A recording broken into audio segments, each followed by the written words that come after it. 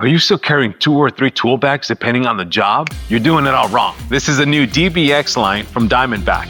Time is money, and that is why Diamondback wants you to work more efficiently. The modern craftsperson requires products designed to hold modern tools. Our pouches and accessories keep your tools where you want when you need them. It's lightweight, but it's also versatile. So if we need more storage capacity or to be able to carry more fasteners or more tools, we can just add things to these webbings. I only carry what I need for the project at hand, and that saves me a ton of weight, a ton of back injuries, and just a ton of exhaustion that's unnecessary. Diamondback users report a significant reduction in back and hip pain while wearing our groundbreaking Tempo Belt or 701 vest. This tool belt definitely helps my back throughout the day. Love that the Diamondback is just so lightweight. And these suspenders, again, you can see they do not rub on my neck. Tradespeople aren't just workers. You are labor athletes putting your bodies on the line to build our communities. That's why Diamondback makes tool belts, vests, and systems designed not just to hold your tools, but to support your body's movement. This centerpiece, the way it attaches, and you can adjust each arm